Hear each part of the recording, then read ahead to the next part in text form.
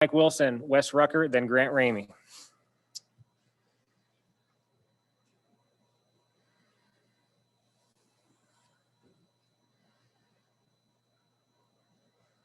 To come back to me. Oh, can you hear me now? Yep. We can. Sweet. Rick, what led to the rebounding performance today, and how much of that stemmed from Josiah seemingly getting back to his rebounding form? Well, that had a lot to do with it, obviously, and we talked about it, extensively the last couple of days, Mike, about we're either going to get tough enough to do it, or we're going to struggle. We're going to lose games because of it, and we've just allowed people to honestly play harder, be more aggressive, and not go at it the way we needed to. And we said, hey, sooner or later we've got to do it.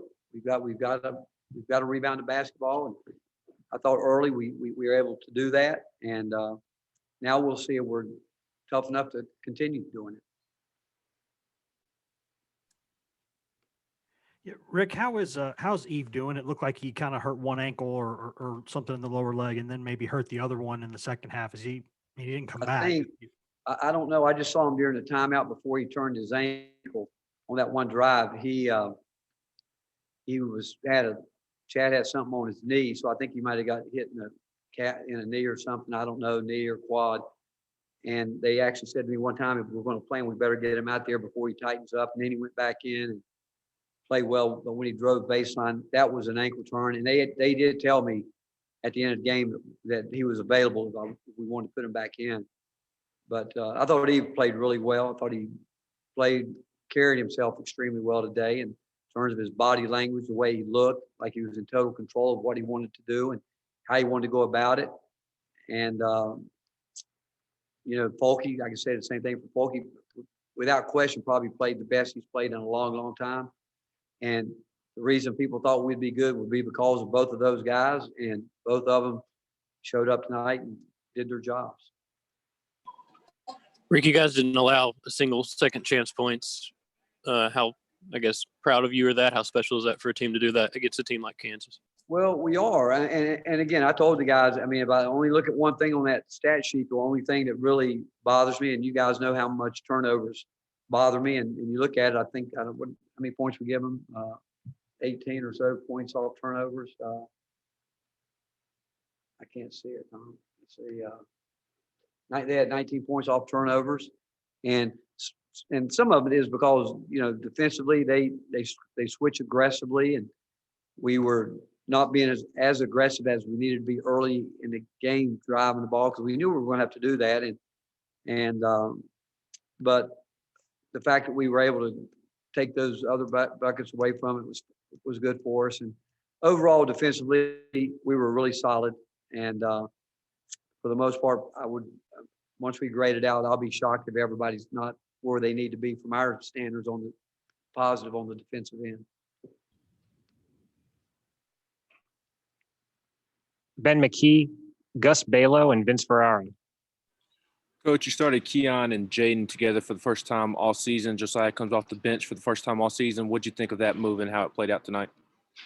I thought it played out well. All along, we thought a couple weeks back that we were moving in that direction, but because when Jaden got hurt, it really slowed it down. And but the last really week, they've been able to practice some and put that group together the way you'd like to. And but I thought they did it, and I thought Josiah came off the bench, did a terrific job. I thought Olivier was really terrific in the game, and then you throw in VJ. I thought he had great command of his game tonight.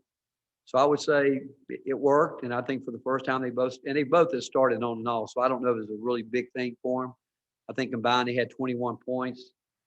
Turnover-wise, I haven't looked at it that close. I don't know how many turnovers they have between them. I would say 5 or 6, which I don't know what they are, what it is. It's somewhere there, I would think. But that's what they have to cut down on. Hey, Coach, I just wanted to ask about the three-point shooting tonight. You guys obviously were hitting it from the three-point line. Kansas had some trouble really all night from the three-point line. Just an effort overall about the three-point shooting. Well, we got in a situation where we were not looking to shoot the ball a couple weeks back. We just weren't taking open shots, and it was forcing us into late clock situations and turnovers, 18 turnovers back-to-back games, and the majority of it was due because of guys not taking open shots. And then last game we took shots, they didn't go in, but the fact is tonight we took shots and we make them. And so I think one of the big keys is that guys know now they better take open shots. And if not, it just bogs everything down.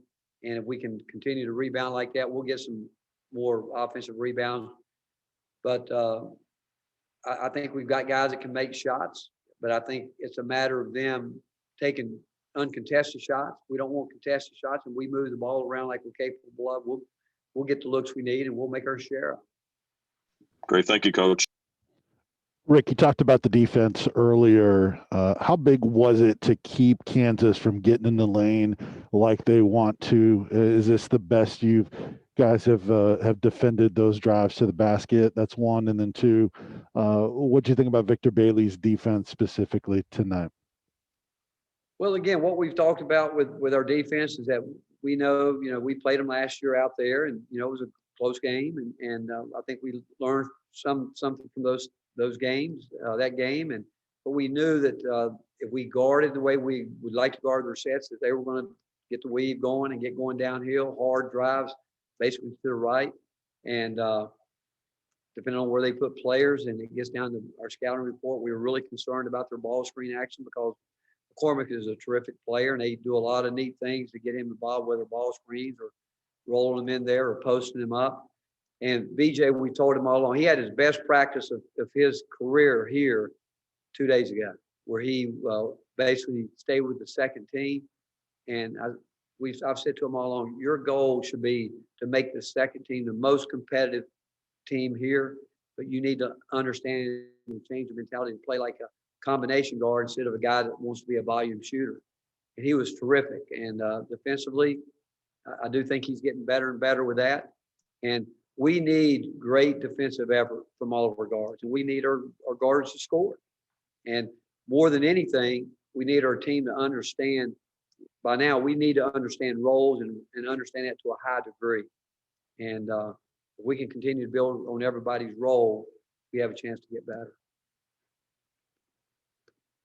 Let's go Teresa Walker, Rob Lewis, and Ryan Shumpert.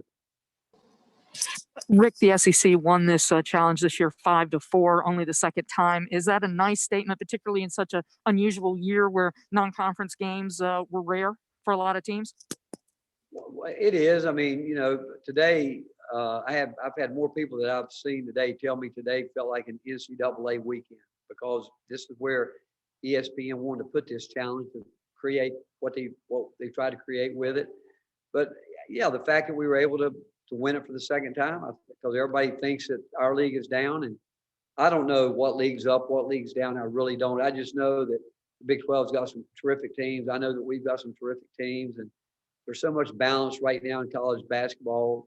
And I think there's so much still uncertainty because you got teams that might have time off, and some teams can get better during that time off, to be quite honest, if they can practice. But I'm glad we won the challenge. I really am, because there was enough talk about our league not being very good, and people talking arguably the Big 12 or the Big 10 being the best league.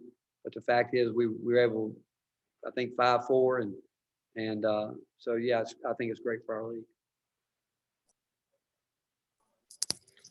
Coach, this is the second time you guys have scored 80 points since SEC play began. You shot 52-53% from the field. What do you feel like was the key to your offensive efficiency tonight?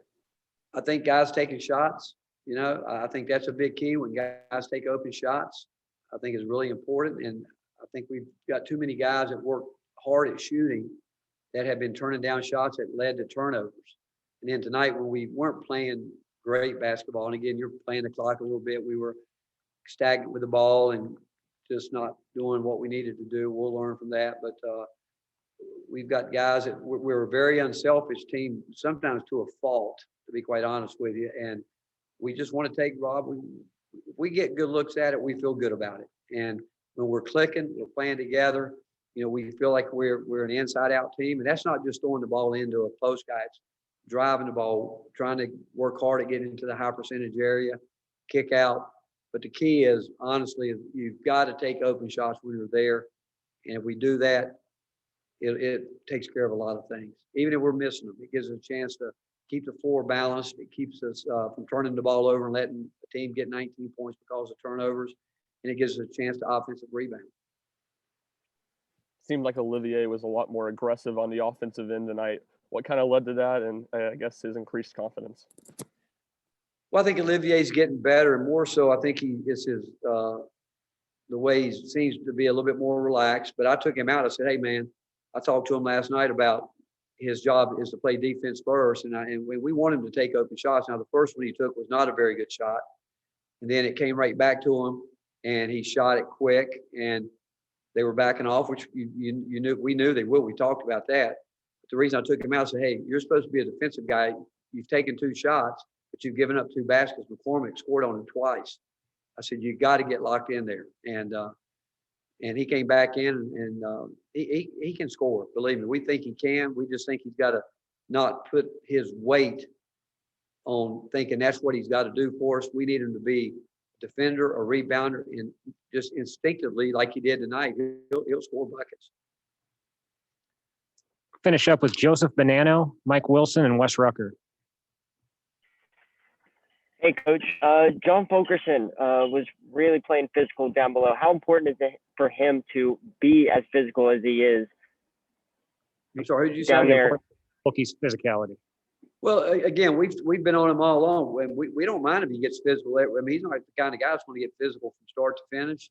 We don't expect that from him, but we do expect him if he's going to drive it hard, he's got to drive it with force and know that he's going to, the game that you're allowed to, there's going to be some bumping going on, and you can't be flopping and flailing around. You got to know, you got to apply the force because they are entitled to their position as much as you are there. But I thought tonight he played with more speed, and he got back to doing what he had spent 4 or 5 years doing, working on a high release and a quick up. Those are the things that's made him good. And we told him, so when was the last time you had your turnaround high release jump shot? And the only play I would say that his second jump shot where he did a step back, which I don't know if he's ever done. He doesn't need to do that. We don't need him doing that. Everything else is what he normally has worked on since he's been here. Rick, with VJ, how do you continue to kind of hone in with him on shooting at the right times, not being a volume shooter, and like you said, being that combo guard opposed to just a guy who shoots? Well, Mike, we all know that he needs to score. I mean, that's what he does, and we don't want to take away what he does well. We don't want to do that. What we want him to do is understand, and where he has probably lost minutes was more than anything was defensively, and we expect him to continue to understand open shots and what that's about. But tonight, I thought he was as locked in, and I'm saying that without really seeing the whole thing again. But I thought he was locked in there. We knew that they had a couple backdoor plays, a couple lob plays, and we actually said to the team, which one's going to get it? Who are they going to get it on? And we didn't give it up all night. And it was it had to be one of the guards. That's who they do it for. But he, Keon, Josiah, Santi, Jaden, we knew those guys, they need to score. They need to take open shots when they're open. And we expect them to rebound. And if they do that, that's when we get it. We talked about before the game, we can't run if we don't rebound. And we were able to do that, and we want to get out in the open court and see if we can make those plays. Ricky, I think you said earlier that you'd be shocked if anyone on the team individually had sort of a bad defensive grade for this game. I guess roughly how often is that actually the case when you grade out a game? And what was the first part of it? Wes, can you restate that? Yeah, sure. If I know, Rick, you said that you'd be shocked if anyone on the team had a negatives or sort of bad defensive grade in this game. And I'm wondering how often that actually happens when you go out and grade it where no one has a bad grade defensively. Well, it does happen. I mean, and like in a game that we've lost most of the time has been guard play. It's been where the guards have not done their jobs. And but we have a line that we want everybody under. We've got a red line and a green line. And right now in the season, I think there's only a couple guys that are above the red line, and maybe tonight it puts everybody under. But the biggest stat of all that we have gone backwards in the last 3 weeks has been rebounding. And we realize the competition has gotten stiffer and will continue to get stiffer, but we proved tonight that if we want to rebound, we can rebound the ball. But it takes everybody doing that. And so every point that is scored against us, it might not necessarily go against the guy that's guarding the ball totally. He might get one of them. It might be he did his job and somebody's supposed to be there to tag or help. It might be. So we really break it down to the point where every point is accounted for. But like Folky's been up there some because of ball screen coverage, where he gets, even though it looks like the guard's getting downhill scoring, it happened tonight. But those points will go to him because he wasn't up there on the coverage. So that's how we break it down. And when the guard does his job and the big's not there where he needs to be on the ball screen and they get downhill, but we're very stringent on it, to be quite honest with you, because we want those guys to take great pride in wanting to be below that green line. Coach, thank you. That's a 2-0 record for the Vols when you're wearing the Flynet Air Force Ones. So I think Vol Nation is going to expect to see those the rest of the way. Can I get an orange pair? We'll see what we can do.